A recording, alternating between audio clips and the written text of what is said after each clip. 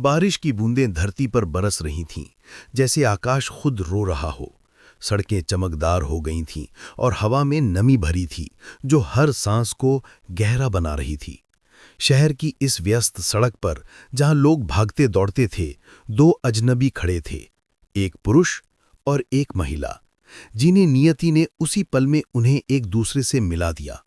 उनका नाम था राहुल, 28 वर्ष का एक कॉरपोरेट कार्यकर्ता जो अपनी तेज जिंदगी में थका हुआ था, और उसके साथ थी मीरा, 25 वर्ष की, एक कलाकार जिसकी आंखों में जुनून था।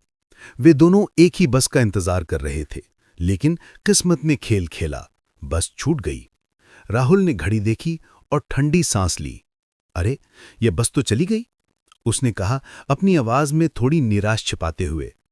मीरा, जो उसके बगल में खड़ी थी, उसने मुस्कुराते हुए कहा, कभी कभी देर होना अच्छा होता है, शायद हमें कुछ समय साथ बिताने का मौका मिले।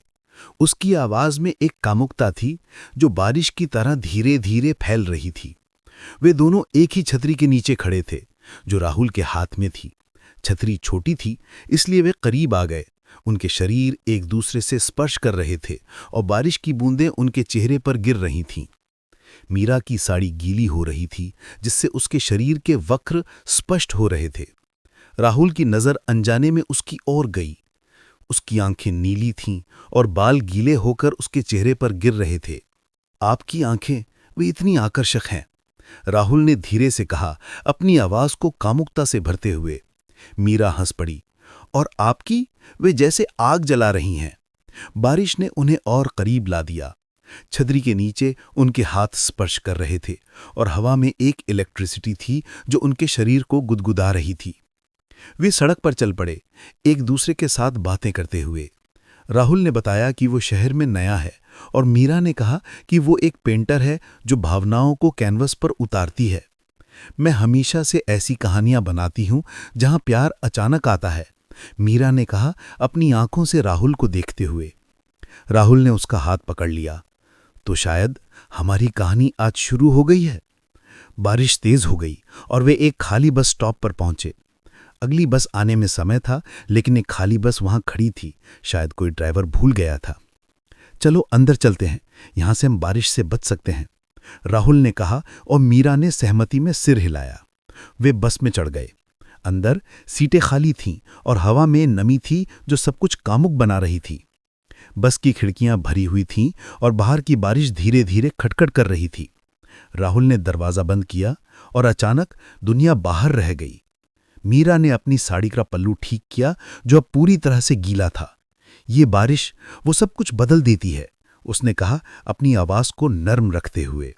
राहुल उसके करीब आया। हाँ, जैसे ये हमें एक दूसरे के करीब ला रही है। उसकी सांसें गर्म थीं और जब उसने मीरा के बालों को छुआ तो एक झुरझुरी दौड़ गई। मीरा ने उसकी आंखों में देखा और धीरे से उसके होठों को छुआ। ये स्पर्श इतना नर्म था जैसे फूल की पंखुड़ियां। वे दोनों बैठ गए, एक दूसरे के सामने। राहुल ने मीरा के हाथों को पकड़ा और कहा, तुम कितनी सुंदर हो, मीरा ने मुस्कुराते हुए जवाब दिया।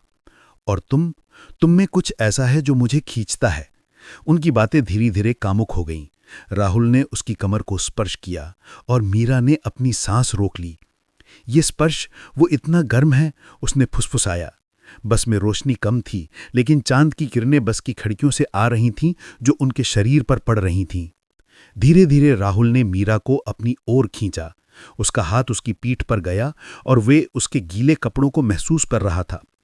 तुम्हारी त्वचा, वो सिल्क जैसी है, उसने कहा, अपनी आवाज को कामुकता से भरते हुए। मीरा ने उसकी शर्ट खोली और उसका सीना सामने आया। तुम भी इतने मजबूत, उसने कहा, अपने नाखूनों से उसकी त्वचा को हल्का सा खरोंचते हुए। यह स्पर्श एक आग थी जो धीरे धीरे फैल रही थी। वे दोनों एक दूसरे के करीब आ गए और उनका पहला चुंबन हुआ, नर्म, गहरा और लंबा।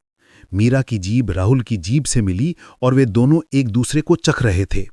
बारिश की आवाज उनके कानों में थी, जो इस पल को और रोमांटिक बना रही थी। राहुल ने मीरा को सीट पर धीरे से लिटाया और उसका शरीर उसके ऊपर आ गया। मैं तुम्हें महसूस करना चाहता हूं, उसने कहा, अपनी आवाज में उत्साह भरते हुए। मीरा ने उसकी पीठ पर हाथ फेरा और कहा, तो महसूस करो, पूरी तरह से, उनके कपड़े धीरे धीरे उतरने लगे। राहुल ने मीरा की साड़ी खोली और उसका शरीर सामने आया। उसकी त्वचा चमकदार, गीली और आकर्षक। तुम परफेक्ट हो, उसने फुसफुसाया, अपने होंठों से उसकी गर्दन को चूमते हुए। मीरा की सांसें तेज हो गईं। और तुम मेरे लिए बने हो। उसका हाथ राहुल की पैंट पर गया और उसने उसे खोल दिया। अब वे दोनों नंगे थे, बस की सीटों पर, जहां सिर्फ उनकी सांसें और दिल की धड़कनें सुनाई दे रही थीं। राहुल ने मीरा के शरीर को स्पर्श किया, उसके स्तनों को, उसकी कमर को और नीचे की ओर। ये स्पर्श, वो मुझे पागल कर रहा है, मीरा ने कहा अपनी आंखों को बंद करते हुए। राहुल ने धीरे से उसके शरीर में प्रवेश किया, जैसे एक नदी समंदर में मिलती है। ये संभोग नर्म, संवेदनशील और पूरी तरह से कामुक था। वे एक दूसरे के रिदम में बह गए, बारिश की लय से मिलते हुए। मीरा की चीखें धीमी थीं। और बस यूं ही चलते रहो। राहुल ने उसकी बात मानी, अपने शरीर को उसके साथ जोड़ते हुए। ये पल अनंत सा लग रहा था।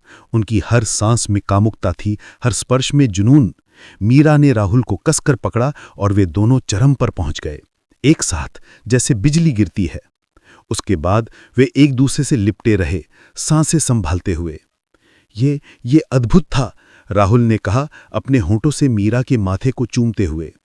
मीरा ने मुस्कुराई, और ये बस शुरुआत है। वे धीरे धीरे कपड़े पहने और बस से बाहर निकले। बारिश अब रुक रही थी, लेकिन उनकी आंखों में एक नया चमक था। राहुल ने मीरा का हाथ पकड़ा। क्या हम कभी मिलेंगे? मीरा ने कहा, हमेशा, जब बारिश हो। और इस तरह उनकी कहानी समाप्त हुई, लेकिन यादें हमेशा के लिए रह गईं।